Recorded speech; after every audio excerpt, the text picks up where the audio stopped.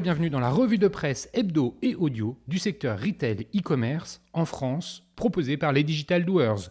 Vous le savez sûrement déjà, sur le site lesdigitaldoers.com, vous avez accès à une revue de presse qui rassemble les articles publiés dans la semaine sur les sites de news de notre écosystème. Vous pouvez vous y abonner pour recevoir chaque vendredi un digest de l'actualité dans votre boîte email. De cette revue de presse, je vous propose de lire sans interprétation une sélection de quelques articles qui m'ont semblé pertinents à partager. Bonne écoute, évidemment, toujours sans coupure.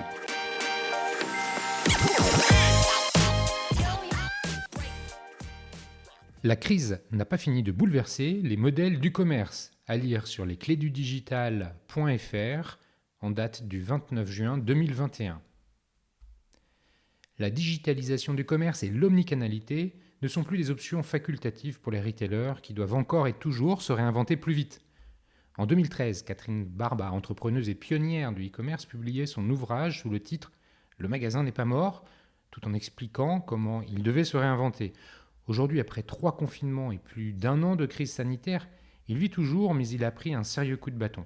Si le format physique est loin d'être abandonné, les chaînes rationalisent les réseaux et développent aussi de nouvelles stratégies pour faire revenir leur clientèle qui a pris plaisir à acheter en ligne. Selon une étude mondiale menée par Havas Commerce pour Paris Retail Week auprès de 200 professionnels de 22 pays, Europe, US et Asie, entre le 12 mai et 14 juin 2021, 62% des personnes interrogées ont constaté que les clients venaient moins souvent en magasin et 35% considèrent cette baisse de fréquentation du commerce physique comme l'un des impacts directs de la crise sanitaire sur le commerce. On constate une inversion des valeurs du magasin vers le e-commerce. Le e-commerce qui progressait déjà sous l'influence du mobile a reçu un coup de boost supplémentaire pendant la pandémie. Les mesures de confinement, les couvre-feux et la peur d'être contaminé en magasin ont eu raison des visites en magasin, détaillent les auteurs.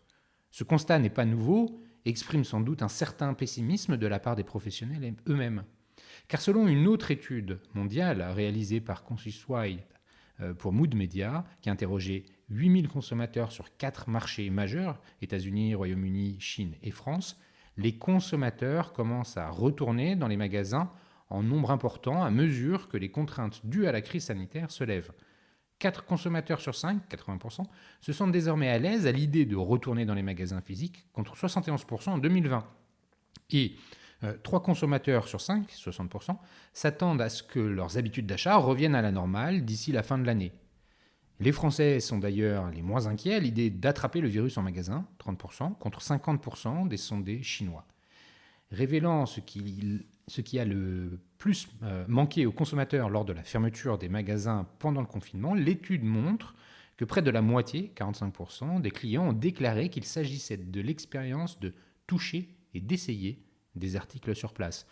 Autre enseignement d'importance, l'aspect social du shopping entre amis et proches est la deuxième expérience de shopping physique qui a le plus manqué aux consommateurs, 35%, avec la possibilité de ramener l'achat à la maison immédiatement, 35% également. La France est le seul marché à classer la capacité à découvrir de nouvelles choses comme la deuxième raison la plus importante pour choisir les achats en magasin, avec 47% des consommateurs à qui cet aspect du shopping a manqué. La crise a néanmoins accéléré le développement du canal e-commerce et des services qui y sont associés.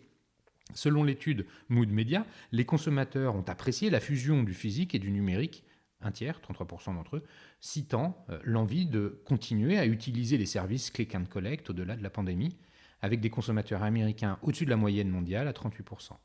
En raison des nouvelles habitudes post-pandémiques, 25% des consommateurs s'accordent à dire qu'ils préféreraient continuer à faire leurs courses en ligne pour des produits d'épicerie, surtout aux États-Unis et au Royaume-Uni, suivi de la technologie et de l'électronique, 23%, et des vêtements, 22%, surtout en Chine et en France. Les Français préfèrent encore faire leurs courses alimentaires dans les magasins. Moins d'1 sur 5, 19%, choisit de faire ses courses en ligne contre 26% en moyenne dans les autres pays. D'ailleurs, moins d'un Français sur 20 achètera en ligne des produits discount, 4%, contre 16% ailleurs dans le monde. Les grands leaders imposent leurs standards. La crise sanitaire a aussi profité aux pure players qui ont encore renforcé leur puissance. 2 catégories de concurrents sont ainsi perçues comme menaçantes. pour la plupart des commerçants mondiaux interrogés par Havas Commerce. Les pure players comme Amazon, Alibaba, Facebook et Google, et les enseignes qui ont un positionnement mondial fondé sur le discount, tels que Aldi, Lidl ou Walmart. Ces grands leaders imposent leurs standards de livraison, de prix et d'utilisation de la data et forcent les retailers à revoir leur modèle. Les consommateurs sont en attente de plus de praticité et d'instantanéité lorsqu'ils commandent des articles sur Internet. Cette hausse de l'exigence se reflète dans les enjeux dégagés par les professionnels pour le futur du commerce. Les consommateurs veulent pouvoir acheter partout, tout le temps, sur tout support et sans contrainte. Le social commerce, comme le live streaming, font partie des canaux de commercialisation qui font progresser pour respectivement 81% et 75% des répondants professionnels interrogés par Havas Commerce, tout comme les demandes de retour gratuit, les compressions des délais de modalités de retour en boutique, en point relais. 38% des professionnels déclarent avoir mis en place un système plus souple de retour des articles pendant la pandémie et 29% de ceux qui avaient déjà initié un système souple de retour de commande déclarent l'avoir renforcé. La mise en place d'un système de livraison efficient avec des options de click and collect, de drive, etc. arrive en tête des tendances ou modèles qui vont redéfinir le futur de l'entreprise pour 47%. La gestion de la logistique et la maîtrise des délais et des options de livraison se sont tissées au cœur des enjeux. 40% des consommateurs se sont mis en tête des bons partenaires pour renforcer leur capacité logistique. 40% cherchent à développer des solutions alternatives pour la livraison. Nous sommes entrés dans une période faste pour les logisticiens et les livreurs. Le changement de paradigme que nous sommes en train de vivre va bouleverser l'organisation structurelle du commerce. Récemment, un article dans Les Échos titrait aussi sur l'essor du quick commerce, avec ces startups de livraison de courses en moins de 15 minutes comme Gorillaz, Flink, Cajoo, Dija, Call ou, depuis peu, la turque Getir et l'explosion des dark stores où sont préparées ces commandes. Autant de nouveaux entrants qui peuvent s'adresser directement aux fournisseurs et qui menacent les distributeurs traditionnels comme Carrefour City, Monoprix ou encore Franprix.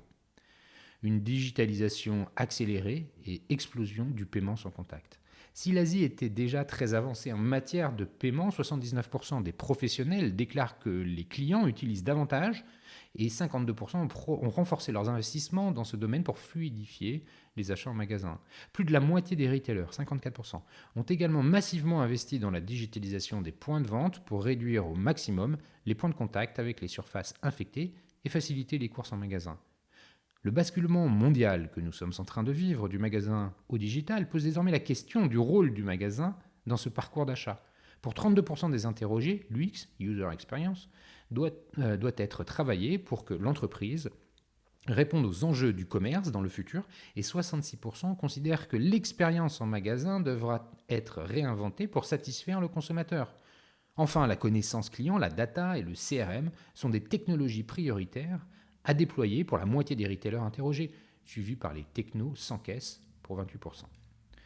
Le commerce va se faire plus agile, plus simple, plus serviable, plus expérientiel et plus rapide pour contenter un consommateur plus exigeant. La livraison et avec elle l'exigence de service à tous les niveaux du parcours d'achat vont structurellement modifier le métier de commerçant dans les années prochaines. La course à la rapidité de livraison déjà lancée par Amazon aux USA est déjà fortement concurrentielle en Asie et en Chine notamment, va se propager sur tous les continents. Nous sommes passés en quelques années du triptyque prix, choix, service au triptyque vaste choix, ultra rapidité, prix bas. Toutes ces tendances seront détaillées et débattues lors de la plénière d'ouverture de Paris Retail Week 2021 qui aura lieu le 28 septembre 2021 avec Vincent Maillet, directeur général Havas Commerce. L'événement dédié à 8 problématiques business, commerce omnicanal, innovation marketing, data, logistique, marketplace, marketing B2B, nouveaux paiements, parcours client agile, se tiendra cette année sans Epic Mag, dont l'édition a été reportée en septembre 2022. Prenant en considération le contexte marché difficile et l'incertitude encore ambiante, nous avons décidé de reporter l'édition 2021. Ce report doit nous permettre de nous retrouver en septembre 2022 dans les meilleures conditions pour asseoir le renouveau d'Équipe Mag tel que nous l'avions imaginé avec vous, explique Arnaud Gaillet, directeur des salons Paris Retail Week et Epic Mag.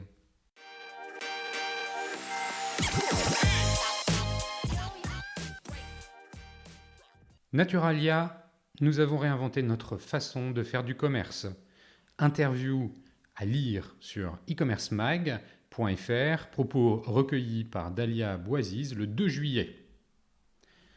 Dans un secteur très convoité, le dirigeant de l'enseigne spécialisée Naturalia, Alon Setoun, décrypte les grands enjeux à venir et défend son modèle bio. L'occasion également d'analyser les nouveaux comportements des clients avec l'essor de l'e-commerce et de dévoiler ses ambitions futures. Lors de la présentation des résultats annuels de votre enseigne, vous avez annoncé une croissance de 22,4% en 2020 et un chiffre d'affaires de 395 millions d'euros. Comment expliquez-vous ce succès ? Cette croissance exceptionnelle s'explique par deux facteurs principaux. L'an dernier, nous avons inauguré 14 points de vente supplémentaires, 226 magasins au global, principalement en région parisienne et Rhône-Alpes et à présent dans l'Ouest.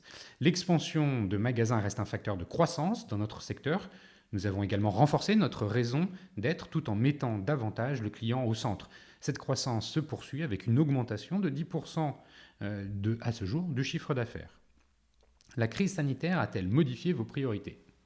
Cela a été le cas pendant quelques mois. En mars 2020, nous avons eu à gérer les urgences, assurer la sécurité de nos salariés, de nos clients, installer le matériel de protection et parallèlement des pics de vente exceptionnels, activité multipliée par 4 pendant de nombreuses semaines. Nous avons dû adapter notre approvisionnement en cherchant de nouvelles sources, principalement françaises. Durant cette période, nous avons renforcé les équipes et recruté 150 personnes en 3 mois. Après l'urgence, il a fallu réinventer notre façon de faire du commerce. Les magasins demeurent notre canal principal, néanmoins un certain nombre de nos clients ne souhaitaient plus se déplacer en magasin. Aussi, nous avons énormément renforcé nos capacités e-commerce. Qu'avez-vous observé en termes de consommation sur votre site depuis le début de la crise sanitaire ? Le commerce en ligne a connu une très forte croissance. Il a plus que doublé, plus de 150% en un an, et cela se poursuit. Nous n'avons pas vraiment de catégorie en plus forte croissance que d'autres. Contrairement à la grande distribution, les fruits et légumes sont des déclencheurs d'achat. Dans le bio, 85% de nos commandes en ligne en contiennent. C'est même la première catégorie de notre site marchand. L'épicerie, notamment en raison du phénomène de stockage des consommateurs, a aussi très bien marché. Notre renseignement, le drive, auparavant marginal au sein de notre enseigne, fonctionne très bien aujourd'hui. Dans les magasins où il a été déployé, il représente près de 10% du chiffre d'affaires de ces derniers. Pour le click and collect, les clients semblent moins intéressés, notamment en milieu urbain. Aujourd'hui, toutes les marques et acteurs de la grande distribution se mettent au bio. Comment vous distinguez-vous ? Cela doit faire 30 ans que la grande distribution s'intéresse au bio. Et j'ai tendance à penser, comme d'autres professionnels du secteur, que c'est un sujet de cycle. Les consommateurs, en général, commencent leurs achats dans le conventionnel et au fur et à mesure, ils se posent des questions du type « comment sont réellement produits les aliments ?» ou « quel peut être l'impact des produits phytosanitaires sur ma santé ?» Très souvent, ils envisagent alors de passer à 100% au bio. Et c'est lorsque ce point de bascule est atteint qu'ils se rendent dans les enseignes spécialisées comme la nôtre. La grande distribution a un rôle dans l'écosystème bio en la faisant connaître aux consommateurs. Je trouve très bénéfique que le conventionnel pousse le bio. Effectivement, à un instant T, la grande distribution est un concurrent, mais c'est elle qui fait la croissance du marché bio de demain. Nous sommes à la fois des co-concurrents et des collaborateurs dans cette croissance du bio. Nous nous différencions par l'expérience d'achat, nous sommes commerçants, c'est-à-dire que nos équipes en magasin sont recrutées et formées pour être commerçantes. Elles sont là pour accueillir le client, l'accompagner, le conseiller. Quels sont vos axes de différenciation ? Nos magasins recensent près de 6000 références bio, une offre complète, impossible à trouver même dans les plus grands hypermarchés. Nous avons également des engagements extrêmement forts. Nous avons ainsi été certifiés B Corp, ce qui est octroyé aux entreprises répondant aux exigences sociétales et environnementales de gouvernance et de transparence envers le public en avril dernier. Un label prouvant l'ensemble des exigences et de l'impact de notre enseigne d'un point de vue sociétal et environnemental. Nous sommes le premier distributeur alimentaire en France à l'obtenir. Enfin, cette année, la part de marché des spécialistes du bio devrait reprendre le pas sur celle du conventionnel. Comment avez-vous vécu la reprise de Bio c'est bon par Carrefour, premier acteur du bio à présent ? Il était inconcevable qu'une enseigne de distribution bio spécialisée ne soit pas reprise. Bio c'est bon avait trouvé sa clientèle avec une centaine de magasins, il n'était pas possible qu'elle disparaisse. Naturalia ne pouvait pas la reprendre pour des sujets d'autorité de la concurrence. Nous aurions dû céder plus de la moitié des magasins. Aussi, c'est une bonne chose que Carrefour l'ait reprise et que l'enseigne soit restée dans l'univers de la bio spécialisée. En période de crise sanitaire et économique, comment le bio peut-il répondre aux problèmes de pouvoir d'achat d'une partie des consommateurs ? Chaque enseigne y travaille en permanence avec ses fournisseurs. Nous savons qu'il y a un sujet de surcoût lié à la réalité des exploitations agricoles. Forcément, les élevages intensifs reviennent moins cher que les élevages en plein air. De facto, le bio coûte plus cher, c'est une réalité. On ne pourra pas imaginer qu'il arrive un jour au même prix que le conventionnel. J'irais même que ce n'est pas souhaitable. Il y a aujourd'hui une réalité de prix pour une alimentation qui se veut respectueuse de la nature et des hommes, ce qui n'est pas le cas dans les produits conventionnels, lesquels engendreront toujours un surcoût. Notre travail consiste à ce qu'il soit le plus fiable possible, notamment sur les produits transformés. La vraie solution, à mon sens, réside dans le changement de consommation. Les articles les plus chers dans l'alimentation demeurent les produits carnés, protéines animales et produits transformés. Passer sur des produits bruts, potentiellement sans emballage, des fruits et légumes donc, avec moins de protéines animales et plus de végétales, réduit significativement le panier moyen.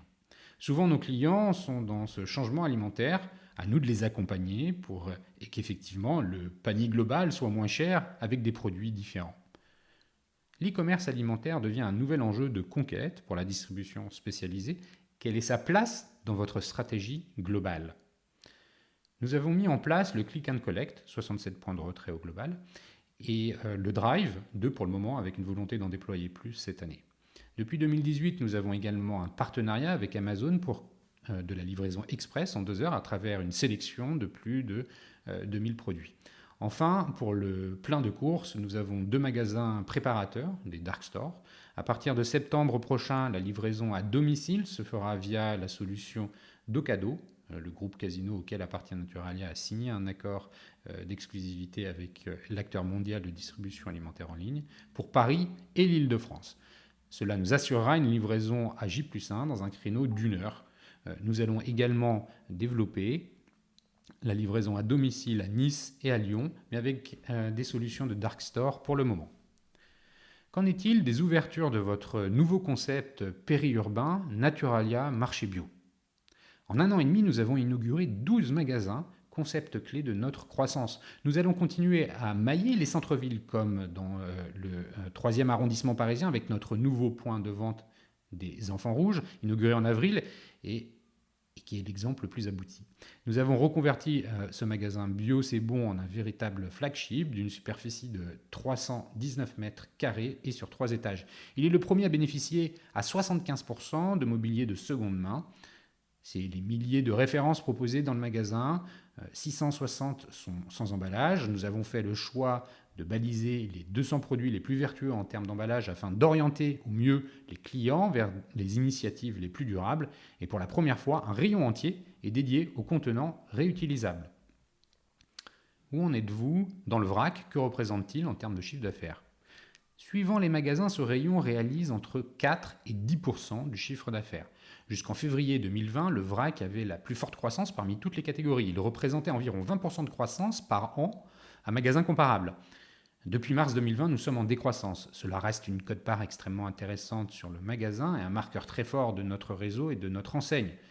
Réduction de l'impact sur l'environnement. Nous allons donc continuer à le pousser. La perte de vitesse du vrac n'est que conjoncturelle. Quels sont vos engagements dans l'assortiment de vos produits en circuit court ? Privilégiez-vous les producteurs et les transformateurs localisés en France et à quel pourcentage ? La France représente 89% de nos fournisseurs. Nous sourçons à l'étranger les produits non présents, des fruits et légumes suivant la saison et des produits spécifiques, articles vegan, plus étoffés en Allemagne. En ajoutant l'Espagne et l'Italie, nous sommes à 95% de notre approvisionnement. Pour le local, notre ambition est d'être à 10% de l'offre par magasin en ayant une alternative sur tous les rayons d'ici la fin de l'année. Néanmoins, nous restons partenaires des marques nationales. Vous souhaitez mettre l'accent sur des grands formats en périphérie des villes. Pourquoi ce choix ? En centre-ville, nous restons le leader incontesté. Notre expansion se fera donc en périphérie. Même si nous allons continuer à mailler les centres urbains, il ne s'agit pas de les abandonner. Vous avez indiqué que vous continuez à regarder d'éventuelles opportunités. À quoi pensez-vous ?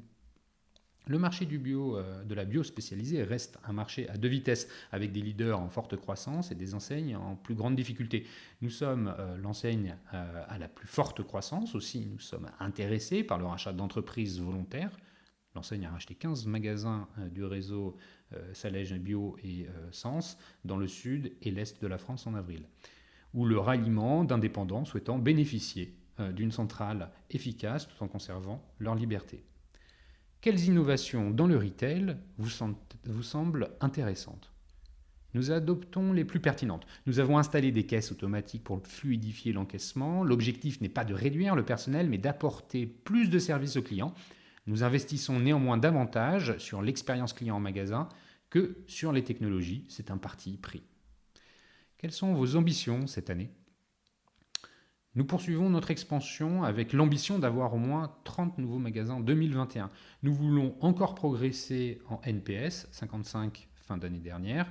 Nous avons lancé notre nouveau plan stratégique nommé REALI, réduction de l'impact environnement, soit la réduction des emballages et la promotion du végétarien. Innovation, 20% de l'assortiment, renouvelé chaque année. Local et investissement prix, 250 promotions par mois, programme de fidélité généreux et 450 produits très bas par rapport au marché. Parmi les objectifs de REALI, nous souhaitons réaliser à terme 35% du chiffre d'affaires avec des produits sans emballage et 10% avec notre offre de produits locaux. Autre engagement fort de Naturalia, ne plus accepter de fournisseurs qui ne pratiquent pas l'emballage vertueux.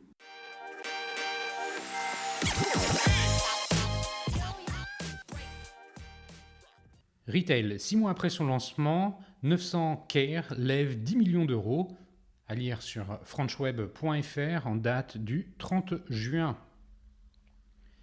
Les marques retail qui savent à la fois innover sur les produits, les modes de distribution et la communication peuvent très vite prospérer. L'enjeu étant ensuite de réussir à durablement s'imposer sur le marché.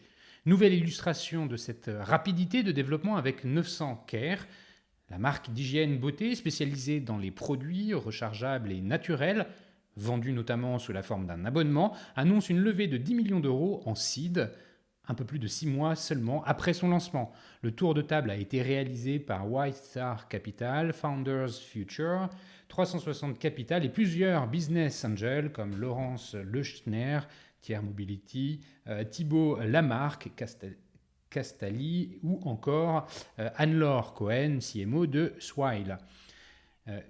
100 000 précommandes en crowdfunding.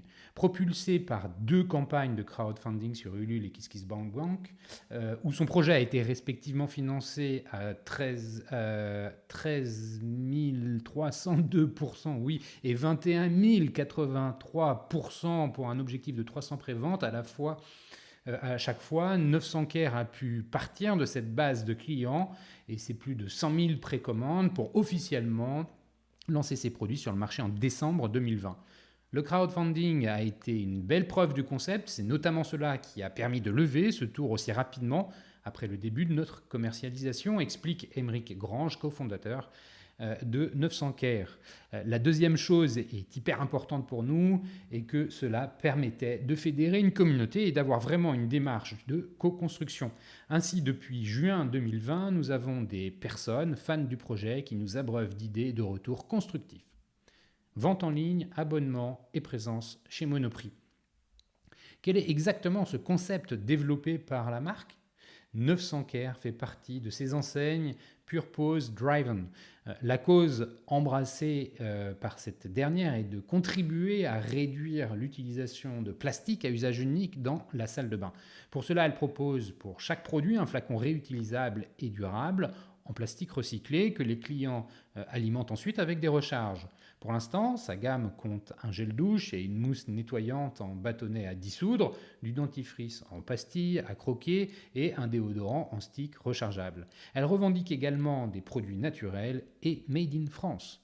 Côté distribution, les clients peuvent acheter les produits en ligne, souscrire à un système d'abonnement dont ils choisissent la fréquence, ou passer par les points de vente Monoprix où la marque est distribuée dans 135 magasins depuis avril 2021. 900 Care ne communique pas sur le nombre de clients au total, mais côté abonnés, elle en revendique 20 000. La start-up ne donne pas de chiffres sur comment cela se traduit en chiffre d'affaires, ni sur ce qu'elle vise pour sa première année. Recrutement et élargissement de la gamme à venir.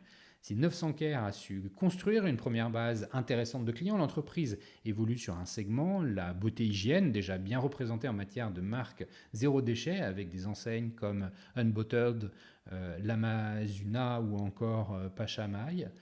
Pour Émeric Grange, ce qui différencie 900 Care et que la start-up s'adresse aux écolos imparfaits ou débutants. Quand nous sondons notre base, nous nous rendons compte que plus de 70% de nos clients se définissent ainsi. Ce sont des gens qui sont sensibles à l'écologie mais qui ne sont pas prêts à faire de gros sacrifices en termes d'expérience. Notre démarche est de leur permettre de garder le même confort d'utilisation en ayant un impact moindre sur la planète. Le produit qui symbolise le mieux cela est notre gel douche. Nous aurions pu lancer un pain de savon comme beaucoup de marques l'ont fait. Nous avons choisi à la place de lancer un gel douche en bâtonnet à dissoudre. L'intérêt est de conserver tout le confort d'utilisation du gel douche, explique Émeric Grange.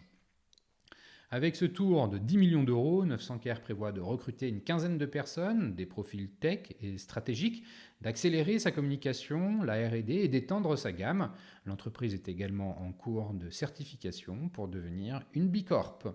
À quoi ressemble la stratégie sociale média de 900 Care ? Comment l'entreprise voit-elle son modèle de distribution évoluer ? Quels conseils pour les jeunes marques qui veulent se lancer dans une campagne de crowdfunding ? Retrouvez l'intégralité de l'interview d'Émeric Grange, cofondateur de 900 Care, dans l'émission de French Web qui s'appelle Good Morning French Web.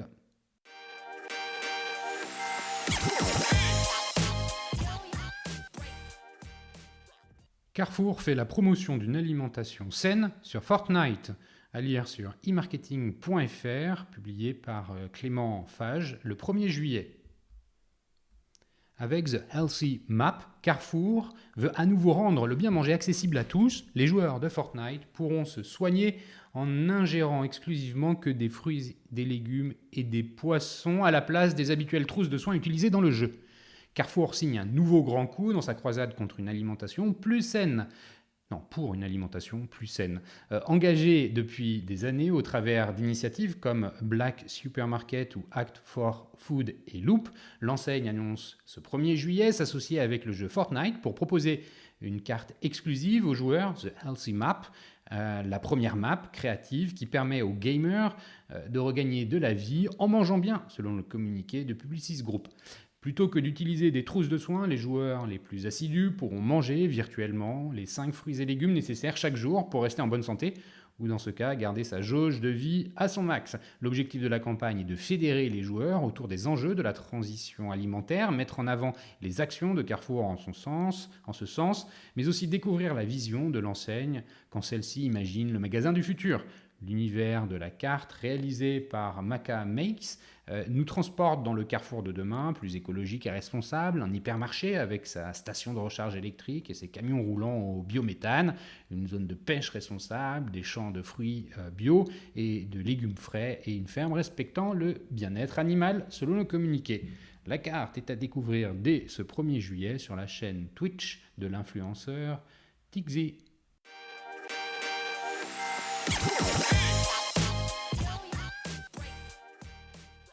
Marketer local, un choix idéal, publié par Elodie Gros-Désir le 28 juin sur e-marketing.fr. Si le marketing local semblait pendant un temps en majorité utilisé par les commerces de proximité, il est désormais adopté par les entreprises de toute taille. Ce besoin pour les marques de viser une clientèle très ciblée a pris de l'ampleur après la crise sanitaire quand s'est posé la question de faire revenir les clients dans les commerces situés autour de chez eux. Le local a toujours été le parent pauvre du marketing, remarque Mallory Lido Berthomé, directeur pôle et agence conseil chez ce local. Cependant, avec le confinement, on s'est aperçu que les annonceurs devaient rapidement reprendre la main sur leur visibilité locale. En premier lieu, on a vu réapparaître la notion de réappropriation. Quels sont les commerces situés à proximité de chez moi ? Pour se rappeler aux bons souvenirs de leurs clients, certaines marques ont complètement repensé leur stratégie marketing. C'est le cas par exemple d'Intermarché. Pendant le premier confinement, l'enseigne a déployé des actions comme le SMS ciblé. Intermarché a informé sa clientèle locale que les magasins seraient accessibles uniquement aux seniors de 8h à 10h afin de limiter les contacts. En prenant cette initiative, la marque a constaté une hausse de 2 à 5% des consommateurs seniors dans cette tranche horaire. Une tendance prête pour nos habitudes? L'engouement pour le marketing local va-t-il survivre à la crise? À force de se rendre dans les commerces situés près de chez eux, les consommateurs ont intégré de nouvelles habitudes, affirme Mallory Lido-Bartomé. À ces nouvelles habitudes s'ajoutent les préoccupations éco-responsables des consommateurs. Parmi elles, on retrouve le besoin de consommer local afin de favoriser le développement de son écosystème direct. Durant le confinement, ce local a constaté un pic de recherche sur son site internet, les pages jaunes, avec une hausse de 300% des recherches qui concernaient les épiceries de proximité. Si le pic a baissé, la tendance se confirme tout de même puisque, aujourd'hui encore, de nombreux utilisateurs se rendent sur le site pour se renseigner sur les commerces de proximité. Pour être sûr de maintenir l'attention des consommateurs, les grandes enseignes doivent impérativement réactiver leur campagne à l'échelle locale. Cela a par exemple été nécessaire dans les secteurs de la restauration et de l'habillement très fortement touchés par la crise. Rendre son marketing local et efficace. Pour maintenir l'intérêt des Français, les commerces locaux se doivent d'adopter certaines pratiques. Mallory Lido-Bartomé cite le désormais incontournable Click and Collect qui a connu un véritable boom durant les confinements. Les commerçants peuvent aussi opter pour la prise de rendez-vous digitale pour que les usagers puissent se rendre plus facilement en magasin. D'autres commerçants ont adopté la vente accompagnée en visio pour éviter aux clients de se déplacer. C'est le cas de plusieurs opticiens qui assurent un suivi de leurs clients à distance. Une solution efficace pour les personnes à risque, notamment les seniors en période de crise. Les outils qui existent aujourd'hui permettent même, dans le cas d'un opticien par exemple, de permettre aux clients d'essayer les montures à distance. L'arrivée de la TV segmentée contribue fortement à l'essor du marketing local et à son maintien dans les tendances marketing. Et la digitalisation de la publicité télé permet de personnaliser les messages publicitaires et grâce à des données précises récoltées sur les téléspectateurs, d'opérer un ciblage en leur proposant des publicités susceptibles de les intéresser. Auparavant interdite en France, la TV segmentée est autorisée depuis un décret entré en vigueur le 7 août 2020. Elle a ainsi été rendue commercialisable par les régies TV dans les CGV de 2021. Et voilà, c'est fini pour cette semaine. Merci de m'avoir écouté. N'oubliez pas de vous abonner à la revue de presse sur le site lesdigitaldoers.com. Pour rappel, la dernière interview est celle de Maximilien Urso, CEO de Crésus, le site de seconde main pour les montres de luxe. À bientôt!